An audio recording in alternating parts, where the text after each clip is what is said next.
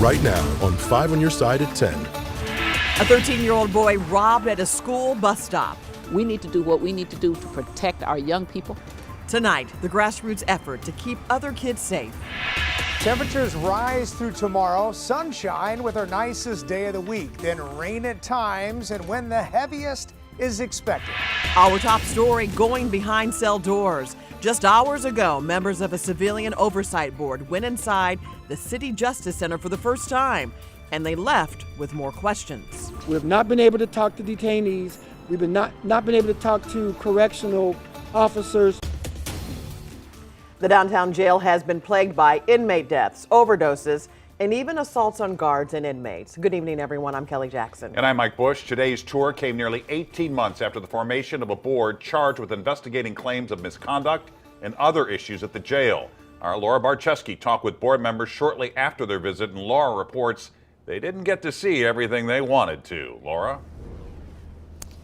Yes, Mike and Kelly, they really didn't get to see much except for parts of the 5th floor. However, they tell me their conversation with the jail commissioner was productive and a good first step.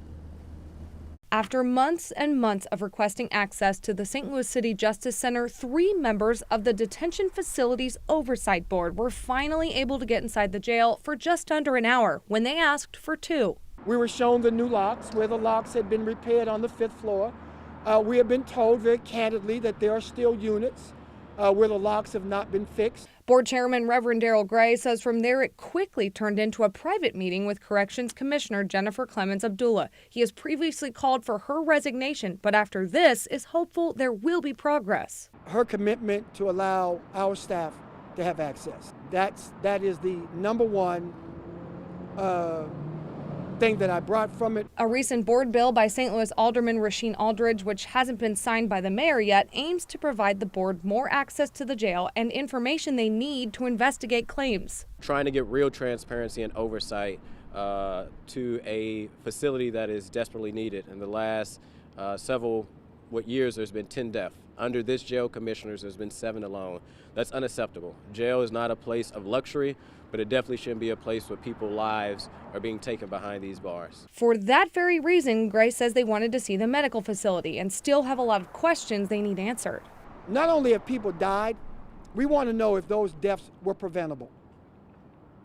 We're talking about overdoses. We're talking about other medical problems.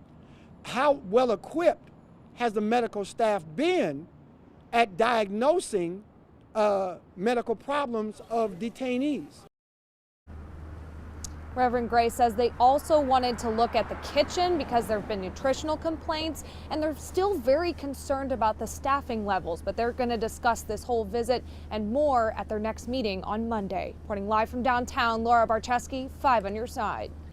Well, another chilly night across St. Louis, but a big Wednesday warm-up is on the way. Meteorologist Jim Castillo is in for Scott tonight, and he joins us now with that weather first forecast. Jim? Yeah, Mike, tomorrow's the nicest day of the week and the sunshine, and we're back in the 50s, which is great. But this morning we started out at 23 degrees with a wind chill down in the teens. So yes, it was really cold to start, and throughout the day we were in the 30s. But look what happens after midnight tonight. We see that temperature start to rise a little bit with a southerly wind.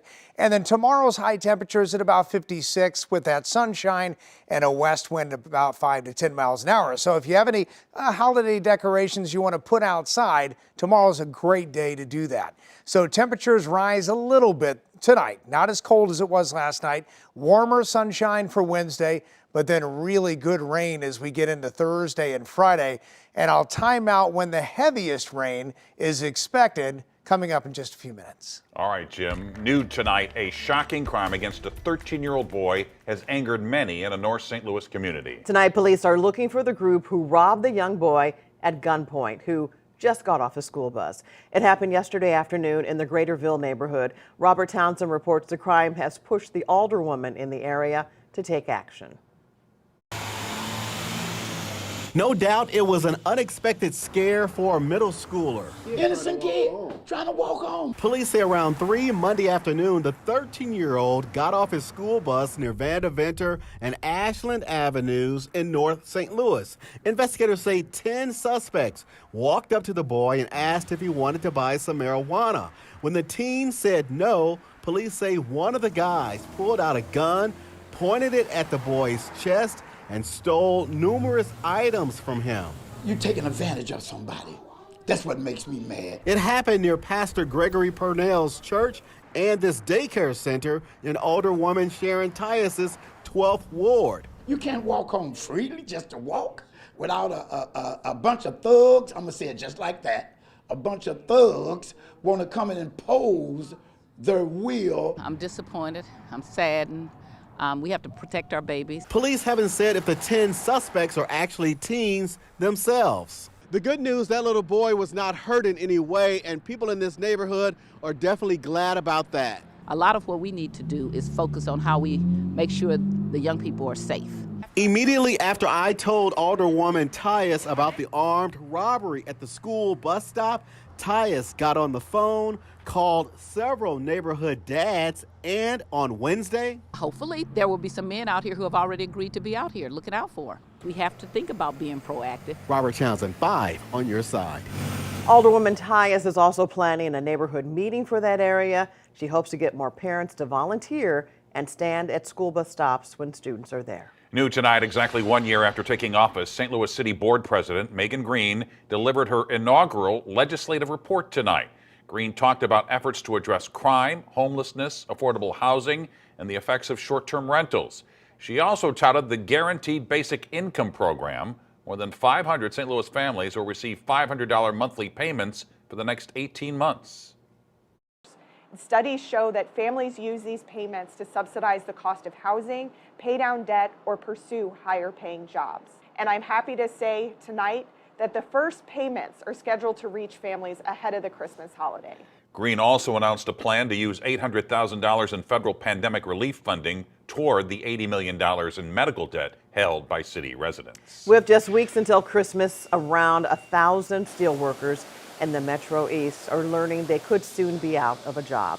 U.S. Steel sent a notice today. It will idle its Granite City plant indefinitely. The company anticipates 60% of those workers will lose their jobs. Those layoffs will likely begin in 2 months. Tonight, a group of local moms are in the nation's capital fighting for federal funding to compensate people in St. Louis impacted by radioactive waste.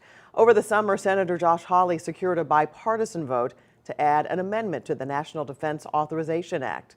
Just Moms STL says this is their last shot to get the Radiation Exposure Compensation Act passed.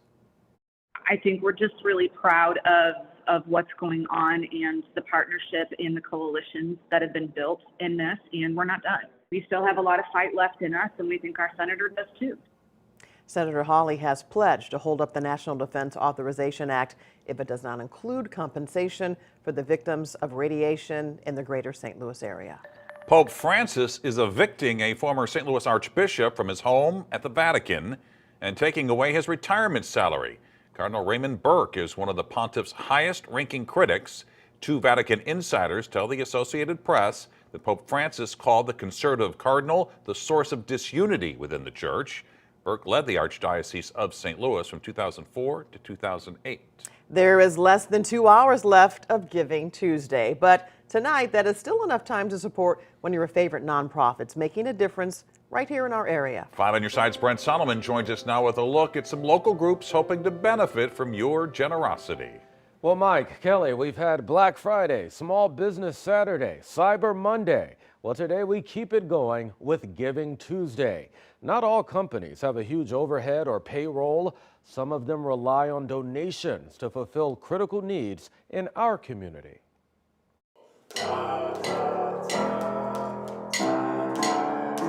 These young learners are on a mission, making memorable melodies. And I love the sound of piano.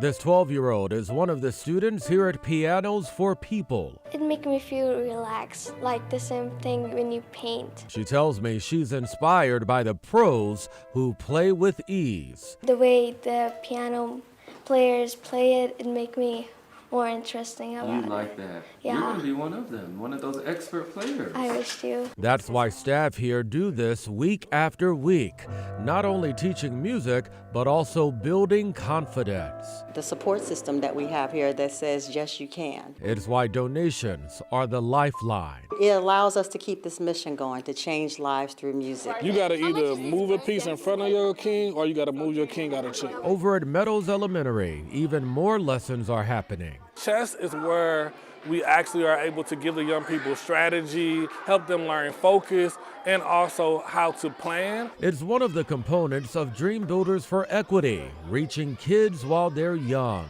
The power of being focused and the power of taking ownership into your own destiny. Students learning chess and in the process learning so much more through mentorship.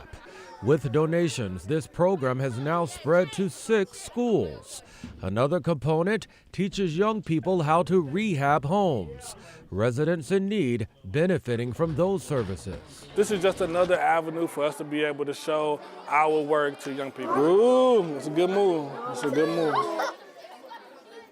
Both organizations have donation links on their websites. Nationwide, $3 million helped organizations on Giving Tuesday, and a similar community effort happens in about 5 months.